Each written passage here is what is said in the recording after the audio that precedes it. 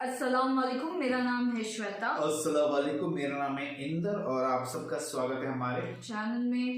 ابھی ہم مفتی طارق مسعود کا ویڈیو کرنے والے ہیں۔ حضرت ابراہیم نے اپنے والد سے کیا کہا اوکے آئیے دیکھتے ہیں۔ مفتی طارق مسعود کے بیانات کے لیے مفتی صاحب کے آفیشیل چینل مفتی طارق مسعود سپیچز کو سبسکرائب کریں۔ کتاب میں ابراہیم کا بھی تذکرہ کیجیے۔ اس سے پہلے حضرت مریم کا تذکرہ تھا، حضرت عیسیٰ ابن مریم کا تذکرہ تھا، اب قرآن ابراہیم علیہ السلام کا تذکرہ کر رہا ہے۔ حضرت مریم کا تذکرہ پہلے کیوں تھا اور عیسیٰ علیہ السلام کا تذکرہ پہلے کیوں تھا؟ اس کی وجہ بظاہر یہ معلوم ہوتی ہے کہ سورہ مریم سے ایسا معلوم ہوتا ہے کہ اصل خطاب جو ہے وہ اہل کتاب کو ہے۔ تو اہل کتاب کا جو اصل اختلاف تھا وہ تو حضرت عیسیٰ کے بارے میں تھا، یہود و نصارہ کا۔ جو ابراہیم علیہ السلام کے بارے میں تو وہ سب متفق تھے، سب پیغمبر مانتے تھے ابراہیم علیہ السلام کو۔ پھر اللہ تعالیٰ بھی ابراہیم علیہ السلام کا تذکرہ کر رہے ہیں کیونکہ مشرکین مکہ ابراہیم علیہ السلام کی تعلیمات سے ہٹ گئے تھے، شرک پہ آ گئے تھے۔ تو قرآن کہتا ہے وَاذْكُرْ فِي الْكِتَابِ ابراہیم، آپ کتاب میں ابراہیم کا بھی تذکرہ کیجئے۔ إِنَّهُ كَانَ صِدِّيقًا نَبِيًّا، بے شک وہ صدیق تھے اور نبی تھے۔ صدیق کسے کہتے ہیں؟ یہ بار بار میں بتا چکا ہوں، صدیق یہ سچے کو کہتے ہیں۔ سچے سے یہاں مراد صرف وہ سچا نہیں جو زبان سے سچ بولتا ہے، بلکہ سراپا سچ۔ تو سراپا سچ اسے کہتے ہیں کہ جس کے قول و عمل میں تضاد نہ ہو، یعنی منافقت کی اپوزٹ ہے، یہ منافقت کا الٹ ہے۔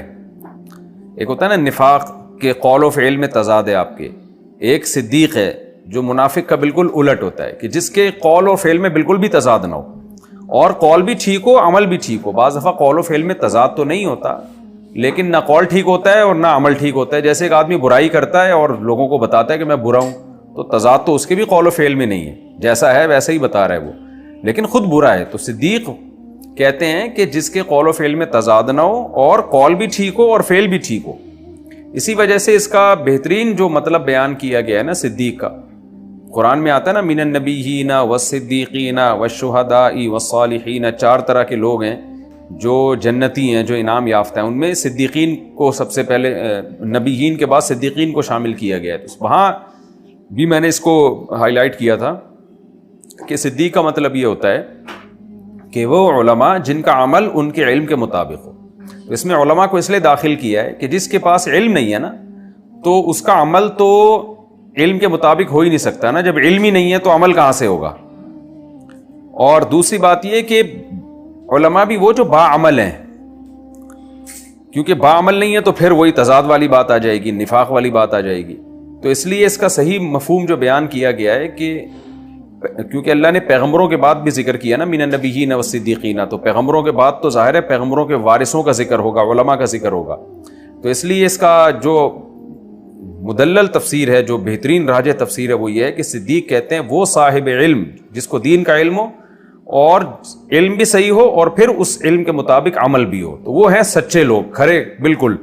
ایسا نہیں ہے کہ دوسروں کے لیے اصول کچھ اور، اپنے لیے اصول کچھ اور، یا اپنے لیے بھی گنجائشیں دوسروں کے لیے بھی گنجائشیں، بلکہ جو شریعت میں حکم ہے اس کو وہ جانتے بھی ہیں اور پھر اس پر پراپر عمل بھی کرتے ہیں۔ تو اللہ تعالیٰ فرماتے ہیں کہ ابراہیم علیہ السلام کھرے تھے، کھرے سچے تھے، نبیہ اور پیغمبر بھی تھے۔ تو صدیق سے اوپر کا درجہ نبی کا ہے۔ اذ قال لأبیہ، جب ابراہیم نے اپنے والد سے کہا یا ابتی، اے میرے ابا۔ تو اس جملے میں تھوڑا پیار ہے تا کی وجہ سے، اے میرے ابا، لم تعبدو، آپ عبادت کیوں کرتے ہیں، ما لا یسمعو، ان معبودوں کی جو نہ سنتے ہیں، ولا یبصرو، اور نہ دیکھتے ہیں، ولا یغنی عنک شیئا، اور آپ کو ذرہ برابر بھی فائدہ نہیں پہنچا سکتے۔ یا ابتی، اے میرے پیارے ابا، انی قد جاءنی من العلم، میرے پاس علم آ چکا ہے۔ علم کا مطلب جاننا، نالج، یعنی ان معبودوں کے باطل ہونے کی دلیل میرے پاس آ چکی ہے۔ اللہ نے مجھ پر اپنا فضل کیا کہ میں کلچر کو فالو نہیں کر رہا، مجھے شرح صدر اطمینان ہو گیا کہ یہ غلط ہے۔ بعض دفعہ ہوتا ہی ہے نا کہ آپ سوسائٹی کو فالو کرنے کی وجہ سے گمراہ ہو جاتے ہیں اور آپ اسی چیز کو ٹھیک سمجھنا شروع کر دیتے ہیں۔ آپ یہ سوچتے ہیں اتنے سارے لوگ تو غلط نہیں ہو سکتے، تو بھائی کچھ نہ کچھ تو ہوگا ان بتوں میں۔ تو ابراہیم علیہ السلام کہہ رہے ہیں مجھے کانفیڈنس ہے اس پر، میں بہت کانفیڈنٹ ہوں کہ یہ غلط ہیں، یہ کچھ بھی نہیں کر سکتے۔ یہ ابراہیم علیہ السلام نے کیوں فرمایا؟ تاکہ والد محترم کو یقین آ جائے کہ میرا جو بیٹا ہے وہ علی وجہ البصیرہ صحیح راستے کی دعوت دے رہا ہے، اس کو اس میں کنفیوژن نہیں ہے. کیونکہ جو دائی ہے نا وہ خود ہی اگر کنفیوز ہے تو اس کی دعوت میں پھر اثر نہیں ہوتا. لوگ کہتے ہیں بھائی ان کو تو خود نہیں اپنے دعوے پر یقین ہے، یہ تو خود کنفیوژن کا شکار ہیں، تو ہمیں کیا سمجھائیں گے. تو اس لیے ابراہیم علیہ السلام نے کہا میں جو آپ کے سامنے دعویٰ کر رہا ہوں نا کہ یہ بت کچھ نہیں کر سکتے، تو میرے پاس اس کے بارے میں علم آ چکا ہے اللہ کی طرف سے، یعنی اللہ کی طرف سے مجھے جو ہے صحیح ہدایت دے دی گئی ہے، تو میں کانفیڈنٹلی یہ بات کر رہا ہوں. معلوم یاتی کا یہ علم آپ کے پاس نہیں ہے، آپ کلچر کو فالو کر رہے ہیں. فاتبعنی، لہذا آپ مجھے فالو کریں، کلچر کو فالو نہ کریں. اہدیکا صراطا سویا، میں آپ کو سیدھا راستہ دکھاؤں گا، گائیڈنس کروں گا. کلچر آپ کو گمراہی کی طرف لے کے جائے گا. یا ابتی لا تعبد الشیطان، اے میرے والد آپ شیطان کو فالو مت کریں. اب دیکھیں ابراہیم علیہ السلام کی جو دعوت کا انداز ہے نا وہ نرمی سے تھوڑا تھوڑا سختی کی طرف جا رہا ہے.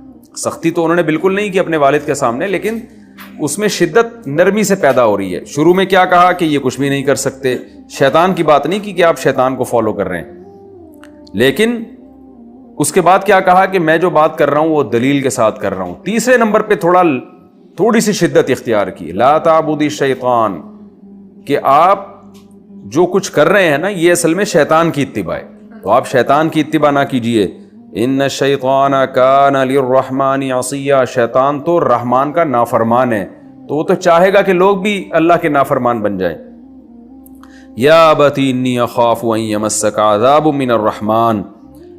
اب ابراہیم علیہ السلام نے اپنی خیر خواہی کو اپنے والد کے سامنے ظاہر کیا کہ میں جو آپ کو بت پرستی آپ سے چھڑوا رہا ہوں اس میں میرا کوئی ذاتی مفاد نہیں ہے، کوئی لالچ نہیں ہے، میں آپ کی خیر خواہی میں یہ کام کر رہا ہوں. کیونکہ بیٹے کو باپ سے محبت ہوتی ہے، بیٹا چاہتا ہے کہ باپ مصیبت سے بچ جائے، تو میں بھی چاہتا ہوں کہ آپ کسی مصیبت سے بچ جائیں، تو میں اپنے اولاد ہونے کا حق ادا کر رہا ہوں. تو کوئی میرا مقصد کوئی دنیا کی لالچ یا آپ کو نقصان پہنچانا نہیں ہے کہ کلچر کی مخالفت کروا کے آپ کو میں نقصان پہنچاؤں. لہذا فرمانے لگے انی اخاف ان یمسک عذاب من الرحمن، مجھے ڈر ہے کہ آپ کو رحمان کی طرف سے عذاب نہ پہنچ جائے. فتکون للشیطان ولیا، تو آپ ہو جائیں گے شیطان کے دوست، پھر شیطان ہی کے ساتھ کہیں یعنی حشر نہ ہو جائے آپ کا. تو یہ لفظ تو ابراہیم علیہ السلام نے صراحتاً نہیں کہا کہ آپ کا شیطان کے ساتھ حشر نہ ہو جائے، مطلب یہ سارے پیغامات اس میں چھپے ہوئے ہیں. تو ادب کا خیال کر رہے ہیں، بالکل واضح لفظوں میں والد کو دھمکیاں نہیں دے رہے. قال اراغب انت عن آلہتی یا ابراہیم، ابراہیم علیہ السلام کے والد نے کہا کہ اے ابراہیم کیا تو مجھے میرے معبودوں سے دور کر رہا ہے، کیا تو میرے معبودوں سے اعراض کر رہا ہے. یعنی والد کو صرف اس پر اشکال نہیں تھا کہ مجھے کیوں توحید کی دعوت دے رہا ہے، بلکہ والد صاحب کو تو اس پر بھی اشکال تھا کہ خود کیوں بتوں کی عبادت نہیں کر رہے. یعنی ابراہیم علیہ السلام تو ایک انتہا کی طرف گئے ہوئے ہیں نا کہ میں تو چھوڑ رہا ہوں، میں نے تو چھوڑ دیے بتوں کو، آپ کو بھی چھوڑنا ہے. اور ابا دوسری انتہا کی طرف گئے ہوئے ہیں کہ میرا چھوڑنے کو تو چھوڑو، تم میرے معبودوں سے کیسے اعراض کر کے بیٹھے ہو، تمہیں تو میرے ان معبودوں کی عبادت کرنی پڑے گی. اراغب انت عن آلہتی یا ابراہیم، اے ابراہیم کیا تم میرے معبودوں سے اعراض کر رہے ہو. لئن لم تنتہی، اگر تو اس اعراض سے باز نہ آیا، معبودوں کی عبادت سے جو برات کا اعلان کیا ہے، اگر تو اس سے باز نہ آیا، لأرجمنک، میں تجھے پتھروں سے مار دوں گا ضرور بضرور. وہجرنی ملیا، اور مجھے میرے حال پہ چھوڑ دے ہمیشہ کے لیے.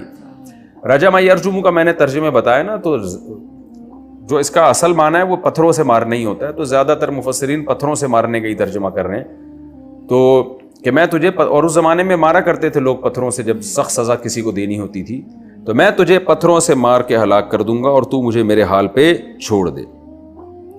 جب ابراہیم علیہ السلام نے دیکھا کہ بالکل ذرہ برابر بھی باپ میں لچک نہیں ہے، بلکہ الٹا مجھے دھمکیاں دی جا رہی ہیں کہ پتھروں سے مارنے کی دھمکیاں دی جا رہی ہیں، تو کیا فرمایا ابراہیم علیہ السلام نے، سلام علیک، آپ پر سلامتی ہو.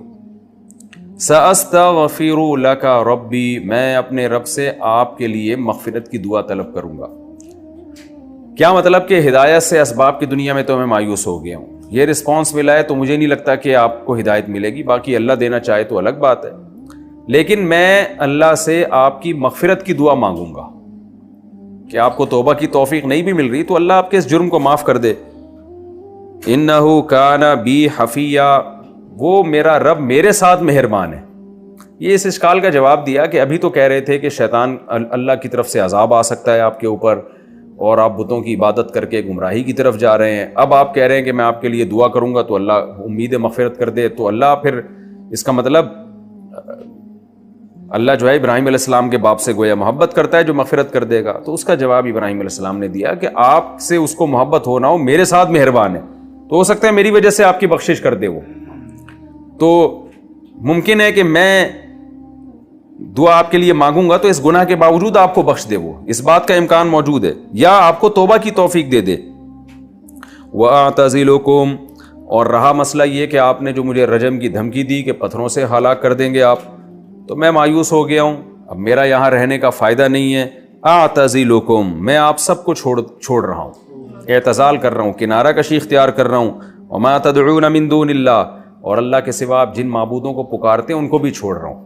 چھوڑنے کا مطلب یہ کہ ابراہیم علیہ السلام تو پہلے بھی ان کی عبادت نہیں کرتے تھے، مطلب یہ کہ عملی طور پر یعنی فزیکلی اور اپنے آپ کو یہاں سے ہجرت کر کے اس ماحول سے دور کر رہا ہوں. میں ایک شخص رہتا ہے نا بتوں کے درمیان، تو وہ ہجرت کر لے اور کہے کہ میں ظاہری طور پر بھی ان بتوں کو چھوڑ کے جا رہا ہوں، عبادت تو دور کی بات ہے، اس ماحول میں ہی نہیں رہنا پسند کروں گا میں. تو ابراہیم علیہ السلام نے یہ کہا کہ میں آپ اللہ کے سوا جن کو پکارتے ہیں ان کو عملی طور پر بھی چھوڑ رہا ہوں، یعنی عبادت تو ویسے ہی چھوڑی ہوئی تھی لیکن ظاہری طور پر بھی چھوڑ رہا ہوں میں. وَأَدْعُو رَبِّي، اور میں اپنے رب کو پکاروں گا، میں صرف نماز دعاؤں میں اس رب کو پکاروں گا. عَسَىٰ اللَّهَ أَكُونَ بِدُعَاءِ رَبِّي شَقِيًّا، مجھے اللہ سے امید ہے کہ میں اللہ کی پکار سے نامراد نہیں ہوں گا. یعنی آپ لوگ تو نامراد ہو، آپ ان بتوں کو ساری زندگی بھی پکارتے رہو، کچھ بھی حاصل ہونے والا نہیں ہے، لیکن میں ان کو چھوڑ کر جس خدا کی طرف جا رہا ہوں اس سے مجھے امیدیں ہیں کہ میں اس کی پکار پہ نامراد نہیں ہوں گا.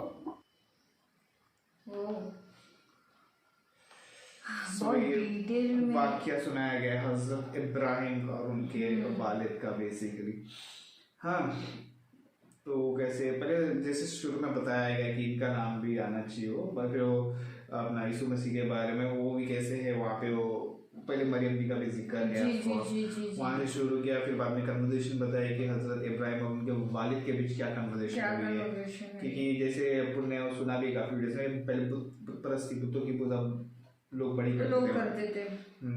تو ان کا وہی تھا کہ میں آپ کو دعوت دیتا ہوں سب چیز کا، یس کہ اللہ کے ایکسیپٹ کرے، یہ بتوں کی پوجا نہ کرے جو آپ کے کچھ کام کے نہیں، کچھ فائدے کے نہیں، نہ سن سکتے نہ کچھ کر سکتے.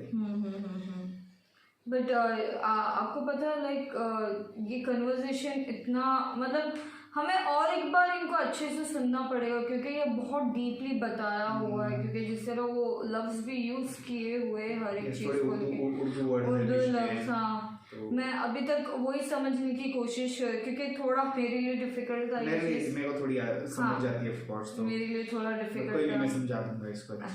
نہیں ویسے تو کمنٹ بھی کریں گے ہمارے دوست لوگ کہ بتائے گے کہ ایکچوئل میں کیا مطلب، اور ڈیٹیل میں ہمیں بتائے گے سافٹ لینگویج میں اچھے سے. تو جیسے کہ بولتے ہیں تو پھر اس کے والد بولتے ہیں کہ ہاں ایک بار انہوں نے یہ بھی بولا نا کہ میں بھی سب چیزوں کو چھوڑ رہا ہوں، اگر میں مطلب ہر ایک چیز سے جانا چاہتا ہوں. آخری میں کی لاسٹ میں انہوں نے بولا کہ ابھی آپ، میں دعا کروں گا اللہ سے کہ آپ کو معافی دے دے، توبہ دے دے. اور انہوں نے جیسے ان کے والد نے بولا کہ میں تجھے پتھروں سے ماروں گا، اس سے وہ بولتے نا ناراض ہو گئے، بولتے میں تو ابھی یہاں پہ رہنا نہیں، نہ ان بتوں کے ساتھ رہنا.